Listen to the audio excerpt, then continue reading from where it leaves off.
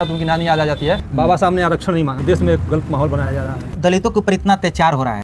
नमस्कार दोस्तों, मैं हूं सुनील कुमार और आप देख रहे हैं दलित वरिष्ठ टीवी।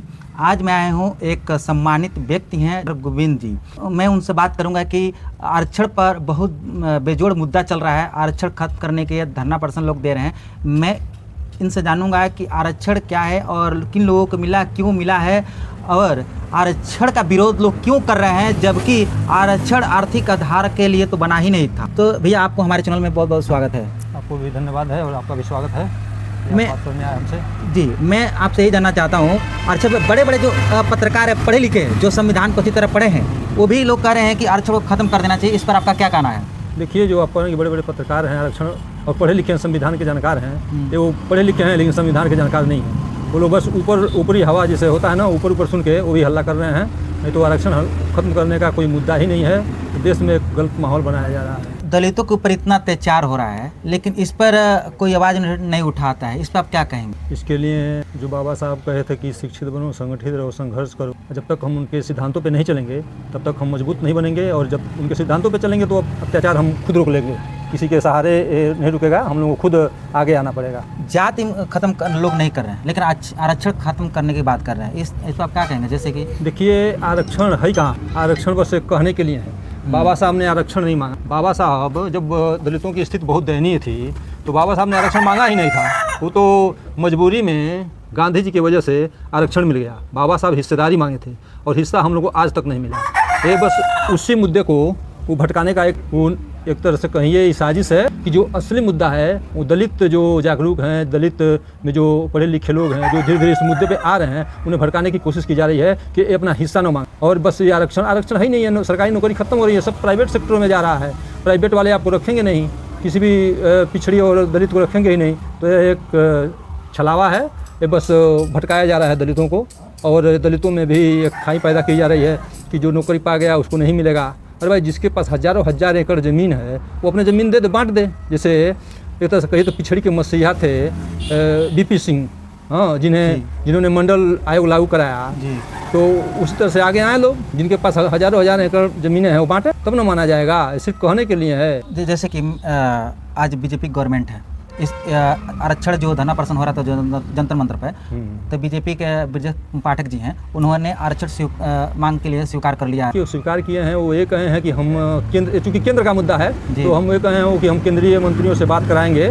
तो लेकिन कुल मिला जुला के एक साजिश है आरक्षण को डाउन करने का। इसलिए आप देखे होंगे जब आदरणीय अटल जी की सरकार थी तो अटल जी भी संविधान समीक्षा के लिए आयोग बना दिए थे।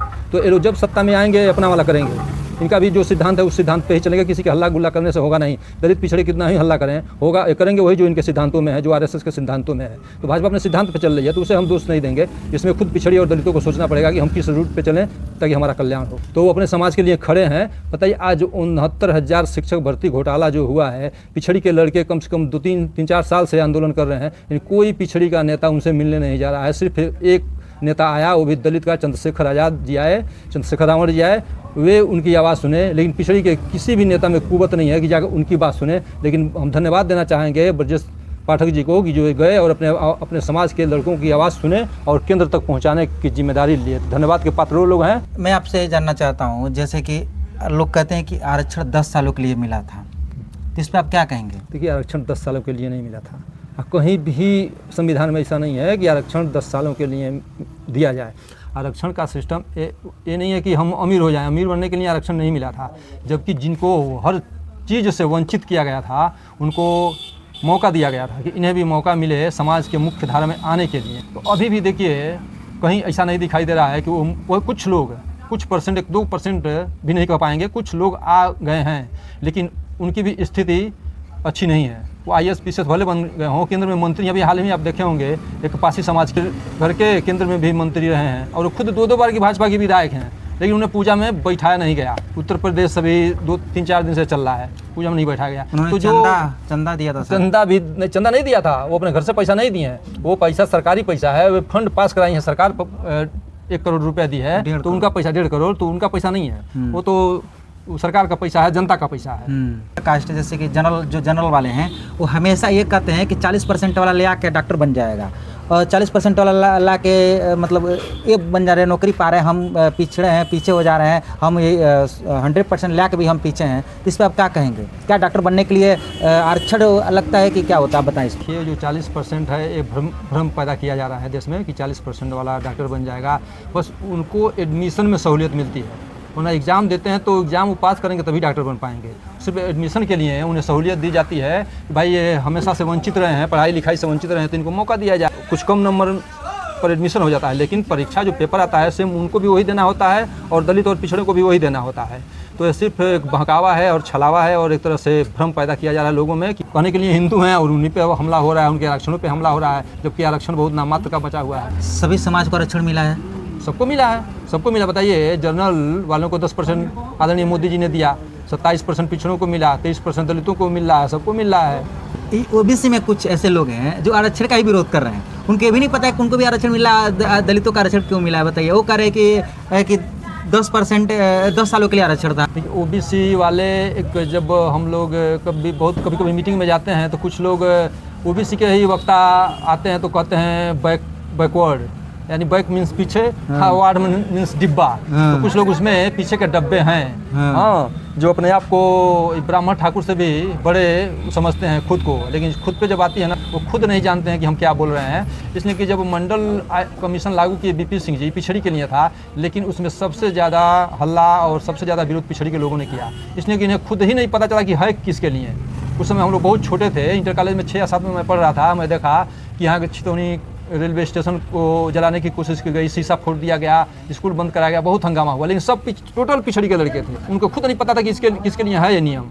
तो उनके लिए अब हम ज़्यादा नहीं बोलना चाहेंगे, पिछड़ी के लिए वो उनकी समस्या है। पिछड़ी के नेता तो वो जो 27% जो शिक्षक भर्ती घोटाला हुआ है लखनऊ में, बच्चे पिछड़ी के आंदोलन कर रहे हैं, उनके पक्ष में जाकर बोलें। अगर इतना ही दम है तो उनके पिछड़ी के बच्चे हैं, उनके पक्ष में जाकर बोलें तब ना जानेंगे। ये सब कुपमंडुक हैं, कुआं के मेढक हैं, उतने में जानते हैं कितने में दुनिया है और वहीं तक वो सीमित है, इसलिए वो विरोध करते हैं। ओबीसी की भी लड़ाई दलित लड़ता है, लेकिन जब दलित की बारी आती है ओबीसी शायद इस पर ध्यान नहीं देता है और नीले कबूतर से दलितों को बहुत चिढ़ाया जाता है। देखिए, दलितों को नीले कबूतर से इसलिए चिढ़ाया जाता है कि आप खुद सोचिए, जिनको कुर्सी पर बैठने का अधिकार नहीं था, हाँ, गांव में घुसने का अधिकार नहीं था, और छूत के नाम पर, सही कहिए तो जो दलित बिरादरी इसमें दलित कहा जा रहा है वो दलित थे ही नहीं और दलित हैं भी नहीं, वो तो अछूत थे ना, वे अछूत थे। गांव के पीछे बाहर उनको बसाया जाता था, गांव में घुसने नहीं दिया जाता था। जिनके परछाई से भी नफरत थी और जिनके परछाई से नफरत थी वो कहा जाता है उन्हें छुआ तक नहीं जा सकता था। लेकिन जो पिछड़ी के लोग हैं वे तो छुए जा सकते थे, वे तो जो बड़े लोग थे उनके संपर्क में थे। तो आप सोचिए, जो संपर्क में था उनकी हालत अब जिस स्थिति में वो इस समय है उस स्थिति में दलित पहुंच गया है, तो उनको जलन होगी ही कि भाई जो हमारे सामने बैठ नहीं रहा था और जो हमसे दूर रह रहा था, हम लोग जैसे चाहते थे वैसे उसके साथ पेश आते थे, अब वो हमारे साथ कुर्सी पे बैठ रहा है तो जलन होगी। तो जलन हो रही है तो उठपटांग बात कर रहे हैं वो लोग। भेदभाव बहुत ज़्यादा SC ST लोगों के साथ हो रहा है। आज भी बहुत सारे लोग हैं जो SC के घर पानी तक नहीं पीते हैं और SC ST के घर जाना भी पसंद नहीं करते हैं, बस दिखावे के लिए, नाम मात्र के लिए, बाहरी ऊपरी जैसे कि कहते हैं, जैसे कि लगाव है, ये है वो है। तो इस पर आप क्या कहेंगे? आज के डेट में भी 21वीं सदी है और अल्फा जीजेन आ गया, इस पर भी आप क्या कहेंगे? इस डेट में भी देखिए, छुआछूत होगा। जब तक हम ज़रूरत से ज़्यादा किसी का सम्मान करेंगे ना तो छुआछूत होगा। आप उतना ही सम्मान करिए कि वो आपका सम्मान करे, और अगर आपका सम्मान नहीं कर रहा है कोई मतलब नहीं है। आप किसी के खेत में नहीं बसे हैं, बाबा साहब के कहने पर, बाबा साहब के बताए हुए रास्तों पे चलिए तो खुद आपका सम्मान करेगा और पानी पीने से हम बदल नहीं जाएंगे। जो बड़े बड़े IAS PCS दलित हैं वे, उनका जो ठप्पा लग गया है वो IAS PCS होने के बाद भी वो दलित ही हैं। तो हमारे घर पानी पिए न पिए उससे कोई मतलब नहीं है, लेकिन ये है कि अगर वो हमारा सम्मान कर रहे हैं तो हम सम्मान करेंगे, नहीं कर रहे हैं तो वो अपना जाने, हम अपना जाने। भेदभाव जात के आधार पर होता है कि गरीबी के आधार पर? नहीं, भेदभाव तो जात के ही आधार पे होता है ना। आप कितना हो बड़े हैं, कितना हो विद्वान हैं, लेकिन कहीं जाएंगे तो पूछा जाएगा कि नाम बताइए, सुनील जी बताइए अपना नाम, आप अपना नाम बताइए। नाम बताएंगे, सुनील कुमार बता रहे हैं तो पूछा जाएगा कि और आगे बताइए, यानी कि आप सीधे सीधे जात पूछा जाता है कि आप किस जात के हैं। अगला जानना चाहता है कि आप किस जात से हैं, और जब वो जान जाएगा तो उसी हिसाब से आपसे पेश आता है। बिल्कुल। तो आरक्षण कैसे होना चाहिए? जात के आधार पे, क्या आर्थिक आधार? देखिए, अब आरक्षण तो होना ही नहीं चाहिए। आरक्षण है, हम तो ये कहेंगे दलितों से और पिछड़ों से आरक्षण को छोड़िए, आरक्षण को भूलिए, हिस्सेदारी मांगिए। हिस्सेदारी मतलब ये बताइए, देश गुलाम था, मुगलों ने गुलाम रखा, अंग्रेजों ने गुलाम रखा, और जब आज़ाद हुआ तो किसी के पास हज़ारों एकड़ और किसी के पास रहने के लिए घर नहीं, कहाँ से आ गया? तो इंग्लैंड से आया है, मुगल दिए हैं हमको, चाहे उनको, कहाँ से आ गया? तो असली बात तो है कि हिस्सेदारी मांगी है ना, कि हमारी हिस्सेदारी दो। इन लोगों की वजह से हम लोग वंचित रहे हैं। हमको मुगल नहीं वंचित किया, हमको अंग्रेज नहीं वंचित किया, हम अपने ही देश के लोगों से की वजह से वंचित है ना। तो हमको हिस्सेदारी देना ही आरक्षण चाहिए, हम नहीं चाहिए आरक्षण के मुँह पे मारो, हमको हिस्सेदारी दे, हमारा हिस्सा दे। हिस्सेदारी की बात करें, आरक्षण बेकार की बात हो गई है। कहीं प्राइवेट, देखिए हर जगह प्राइवेट सेक्टर किया जा रहा है, इसीलिए हर सरकारी चीज़ बेची जा रही है। प्राइवेट हो जाएगा, अगर हम खरीद ले रहे हैं तो हम अपने आदमी रखेंगे, अपने रिश्तेदार रखेंगे। पूंजीपति कौन है आप देख ही रहे हैं, जो पूंजीपति खरीदेगा अपना आदमी रहता, आरक्षण कहाँ रह गया?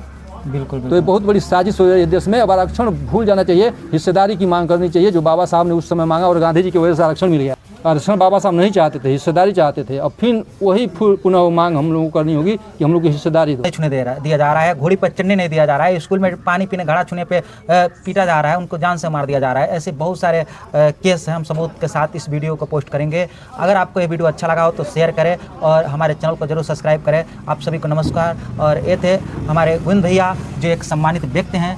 धन्यवाद, आपको भी धन्यवाद कि आप आए और हमारी बात सुने, अपनी बात रखे। धन्यवाद आपको।